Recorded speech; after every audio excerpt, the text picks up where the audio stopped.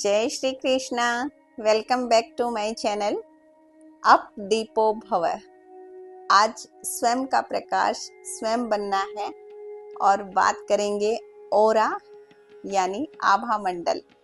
क्या होता है ओरा, कौन से संकेत हैं अच्छे ओरा के, नेगेटिव या पॉजिटिव ओरा क्या है, तो इसके कौन से संकेत हैं, किस कलर का ओरा जो है किस प्रकार की किरणें बताता है, किस प्रकार के आभा मंडल को दर्शाता है, इन सभी पर आज इस वीडियो में चर्चा करेंगे और इसके बारे में विस्तार से जानने के लिए वीडियो में पूरे बने रहें।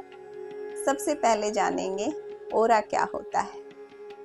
ओरा यानी आभा मंडल, आत्मा का प्रकाश, अंदर का प्रकाश।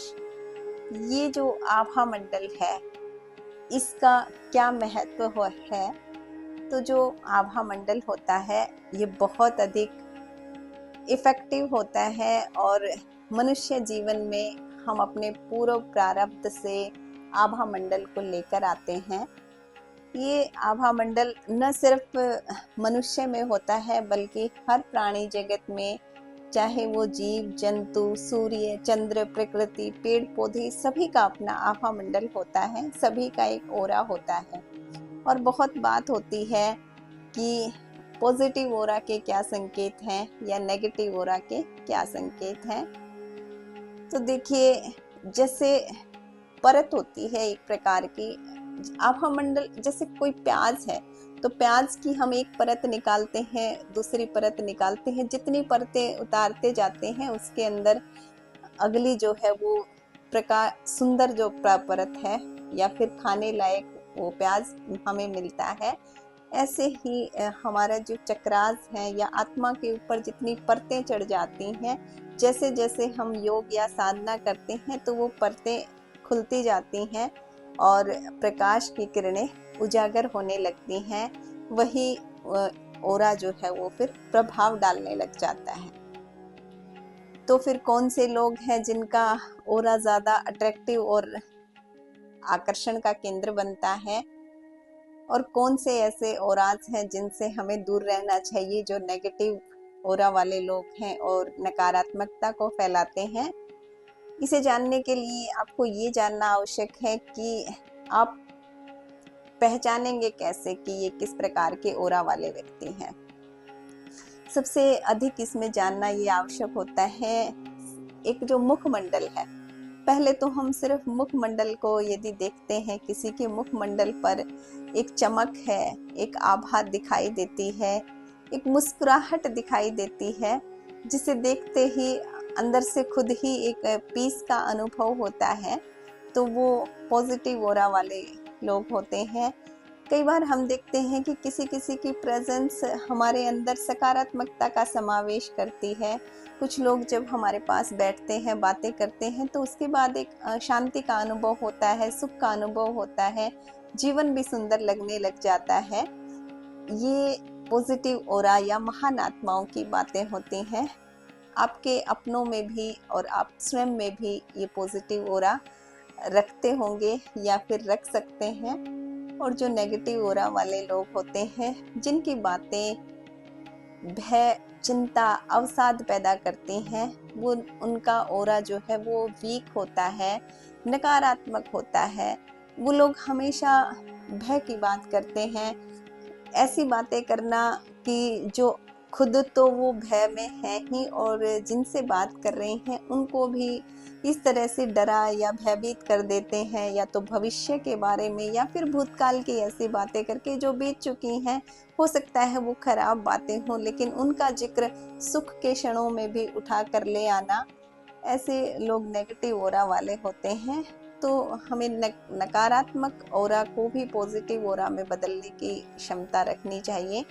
हाँ, यदि नेगेटिव ओरा वाले लोग आपके बहुत अधिक करीबी नहीं है तो उनसे यदि बचा जा सके तो स्वयं को उनसे बचा कर रखें और पॉजिटिव ओरा वाले लोगों के संपर्क में रहें। तभी तो संगति का भी महत्व बताया गया है कि सत्संगति का क्या महत्व है और संगति किस प्रकार से प्रभाव डालती है। कुछ ऐसे कलर हैं जो डिफाइन करते हैं कि इस व्यक्ति का ओरा कैसा है। तो ये क्षमता हमारे सामान्य जन के अंदर पहचानने की थोड़ी कम होती है। कुछ कुछ जो थोड़े आध्यात्मिक लोग या साधना में लीन लोग हैं तो वो इसको पहचान सकते हैं अपनी ऑरा शक्ति के माध्यम से। हमारे सभी के अंदर सेंसेस होती हैं और फीमेल में ये सेंसेस थोड़ा और ज़्यादा एक्टिव होती हैं। पहचान लेते हैं हम सामने वाले की बातचीत से कि वो किस प्रकार के ऑरा वाले, किस प्रकार के व्यक्ति हैं। और इसको ध्यान रखने के लिए मैं एक जो कलर की बात कर रही हूँ मैं, कि कुछ अगर किसी को हम दिखाकर या फिर कोई ऐसा जन है जो साधना करते हैं वो तो स्वयं ही पहचान लेते हैं, नहीं तो अगर हम स्वयं साधना करते हैं तो हम स्वयं के ऑरा को भी पहचान सकते हैं। जिसका ऑरा जो है वो जितना पवित्र होता है, जब सफ़ेद एक आवरण दिखाई देता है भीतर के प्रकाश में, जैसे महात्मा बुद्ध का रहा है, तो ये जो है ये तो हमेशा हर सिचुएशन में पॉजिटिविटी को ही दर्शाते हैं। कोई भी नेगेटिविटी ऐसे लोगों पर प्रभाव नहीं डालती। जो फुल टाइम यानी हमेशा संभाव की स्थिति में होते हैं, वाइट ऑरा वाले लोग होते हैं, वो तो किसी भी नेगेटिव उनका प्रभाव ऐसे व्यक्तियों पर नहीं पड़ता। और जो लोग जैसे येलो या रेड कलर का ऑरा जिनका होता है, वो होते हैं एनर्जी उनके अंदर बहुत अधिक होती है, जैसे सूर्य जो है उसकी चमक में, ऐसे ही उनके अंदर एनर्जी पावर बहुत अधिक होती है।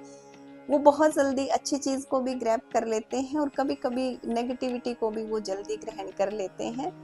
और जो ब्लू कलर जिसके ऑरा में दर्शाया जाए या दिख जाए, तो वहाँ पर क्या होता है, जैसे श्री कृष्ण या भगवान शिव ने विष धारण किया था तो उनका नीलकंठ हो गया था, और भगवान कृष्ण ने तो श्याम में नीलवर्ण रंग ही लिया है।